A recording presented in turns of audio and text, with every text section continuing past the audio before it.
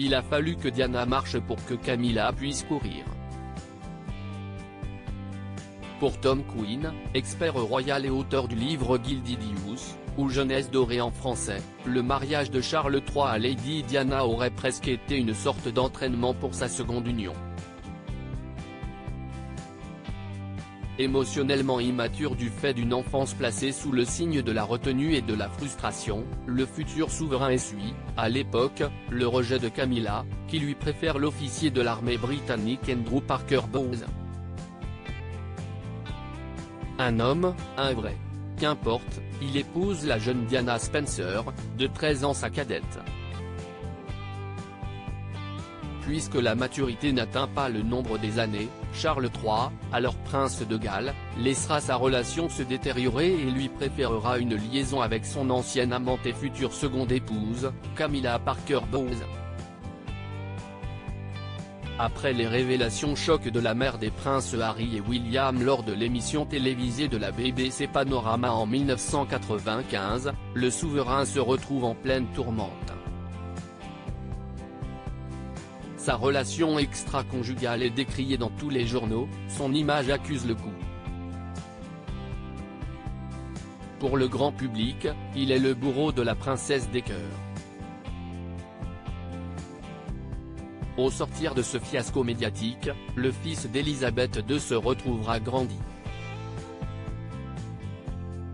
Du moins, assez pour Camilla qui l'épouse finalement en 2005, soit 10 ans après son divorce de Lady Diana.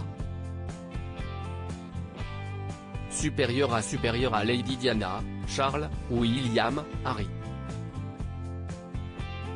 Qui sont les hommes qui ont marqué sa vie? Camilla ou celle qui n'aurait jamais dû être reine alors que la date du couronnement approche à grands pas? Camilla se prépare à ce jour historique. Elle a commissionné le couturier britannique Bruce Oldfield pour confectionner sa robe et a fait altérer la couronne de la reine Marie pour y incorporer des bijoux ayant appartenu à Elisabeth II. À la voir à l'œuvre, il est difficile de s'imaginer que Camilla ne s'était jamais rêvée reine. Dans les années 90, elle était la femme la plus détestée du Royaume-Uni. Elle était la scandaleuse amante, huée, menacée. Mais son amour inconditionnel pour Charles III l'a aidée à traverser ces épreuves. En février 2022, une Elisabeth II en proie à des problèmes de santé grandissants officialise la chose, à sa mort, Camilla sera reine consort du Royaume-Uni. Un retour en grâce inespéré. Crédit photo, Alpha Agency.